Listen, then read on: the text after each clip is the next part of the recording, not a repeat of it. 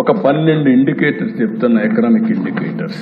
14-19లో 6 పైసలు electricity duty వేసాం, అది కూడా ఎలక్ట్రిసిటీ బోర్డే తీసుకున్నారు. ఇప్పుడు వీళ్ళు వచ్చిన తర్వాత రూపాయి వేసి గవర్నమెంట్ తీసుకుంది. రెండోది వాటర్ టారిఫ్ అధ్యక్ష, ఆ రోజు 1 కిలో లీటర్కి 40 రూపాయలు ఉంటే 120 రూపాయలు చేశారు. శాండ్ అధ్యక్ష ఫ్రీగా ఇస్తే 475 రూపాయలకు అమ్ముకున్నారు. ఆర్టీసీ బస్ ఛార్జెస్ 6 నుంచి 8 పైసలు, 2.6 నుంచి 2.7 వరకు పెంచారు. ఫిస్కల్ డెఫిషిట్ 35,440 కోట్ల నుంచి 59,995 కోట్లు పెంచారు. డెట్ టు జిఎస్టిపి రేషియో, మనం తీసుకునే అప్పులన్నీ మనం చూస్తే జిఎస్టిపి రేషియో కంపేర్ చేస్తే అప్పుడు 44 ఉంటే ఇప్పుడు 53% పెరిగింది.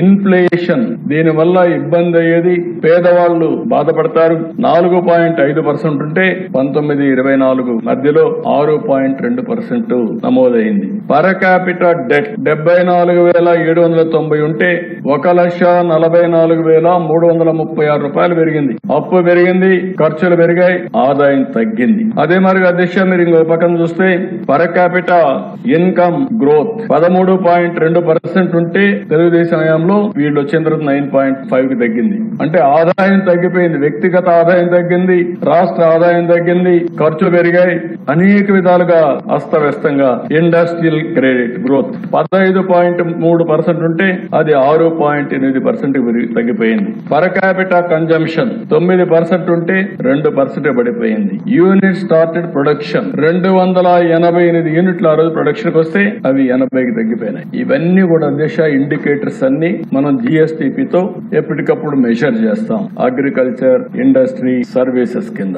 అగ్రికల్చర్ లో అధ్యక్ష 16.6% తెలుగుదేశం పార్టీ హయాంలో growth rate, highest growth rate in the country agriculture. మేము వ్యవసాయం చేసాం, పొడిచాం అంటారు. ఏం పొడిచారు మీరు వచ్చే 10.5% తగ్గిపోయింది. దగ్గర 6.1% తగ్గిపోయింది. సమాధానం చెప్తారని అడుగుతున్నా. ఇంకో పక్క ఇండస్ట్రీ 11.9 ఉంటే అది 11 ఉంది. సర్వీసెస్ 11.9 ఉంటే 10.2 పడిపోయింది. మొత్తం అగ్రికల్చర్ గానీ అన్ని కలిపి అధ్యక్ష ఓవరాల్ గా 13.5% గ్రోత్ రేట్ 5 సంవత్సరాలు. వీళ్ళు వచ్చిన తర్వాత 10.6% తగ్గింది.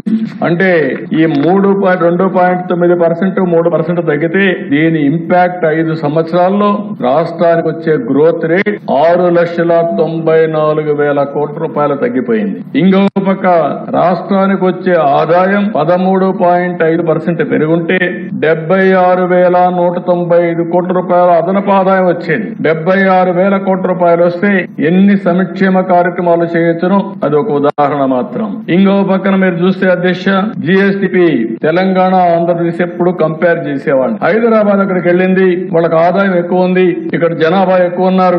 ఈ జనాభా కారణంగా జీవన ప్రమాణాలు పెరగాలంటే ఆదాయం పెరగాలని ఆలోచించి ఎప్పటికప్పుడు ముందుకు పోయేవాళ్ళం. అందుకని 2018-19లో జిఎస్టిపి తెలంగాణ, ఆంధ్రప్రదేశ్ కంపేర్ చేస్తే ఆంధ్రప్రదేశ్ 17,000 కోట్ల రూపాయలు అదనంగా వచ్చే పరిస్థితి తీసుకొచ్చాం. అదే సమయంలో 23-24 వచ్చే కొందికి ఆంధ్రప్రదేశ్ తెలంగాణ కంపేర్ చేస్తే తెలంగాణ 62,000 కోట్ల రూపాయలు మనకంటే ఎక్కువ ఉంది. 17,000 కోట్ల రూపాయలు ఆదాయం ఎక్కువ, జిఎస్టిపి ఎక్కువ ఉండేది. 62,000 కోట్ల రూపాయలు తెలంగాణకు ఆదాయం ఎక్కువ వచ్చే పరిస్థితి వచ్చిందంటే, జిఎస్టిపి వచ్చే పరిస్థితి వచ్చిందంటే సమాధానం చెప్పే ధైర్యం ఉందని అడుగుతున్నా. ఇది మీ అసమర్థత కాకపోతే ఏంటి, మీ అరాచకం కాకపోతే ఏంటి, మీ అవినీతి కాకపోతే ఏంటి అని అడుగుతున్నా. ఇంకో పక్కన దిశ పర్ క్యాపిటల్ ఇన్కమ్ తెలంగాణకు ఆంధ్రప్రదేశ్ కంపేర్ చేసుకుంటే 18-19లో తెలంగాణ, ఆంధ్రప్రదేశ్ అప్పటికే 55,000 రూపాయలు తక్కువ ఉంది మనకు. అంత మునుపు ఇంకా ఎక్కువ ఉండేది, తగ్గించుకుంటూ వచ్చాం. తెలంగాణ జనాభా తక్కువ, ఆదాయం ఎక్కువ.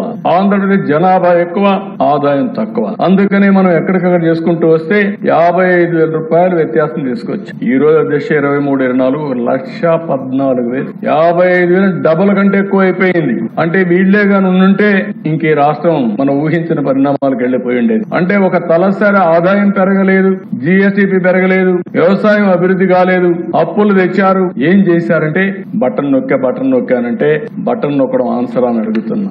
బటన్ నొక్కితే వాళ్ళకి ఏమైనా వచ్చిందా అని అడుగుతున్నా. ఖర్చులు పెరిగాయి. ఇంకో పక్క ఇవన్నీ అధ్యక్ష ఏమైనాయి?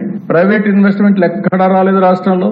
మొత్తం ఇండస్ట్రీస్ అంతా రాష్ట్రం నుంచి బయట వెళ్ళిపోయే పరిస్థితికి వచ్చారు. ఇక్కడ ఉండేవాళ్ళు కూడా పేట్రియాటిక్ ఫీలింగ్ తో అమర్ రాజా బ్యాటరీస్ తిరుపతిలో పెట్టారు. ఇది నా జిల్లా, నేను పెట్టాలి, ఇక్కడ ఉద్యోగాలు ఇవ్వాలని. అలాంటి వ్యక్తి ఇక్కడి నుంచి పోయి వేరే రాష్ట్రాల్లో చూసుకునే పరిస్థితికి వచ్చారంటే అది మీ దుర్మార్గం కాకపోతే ఏంటని అడుగుతున్నా.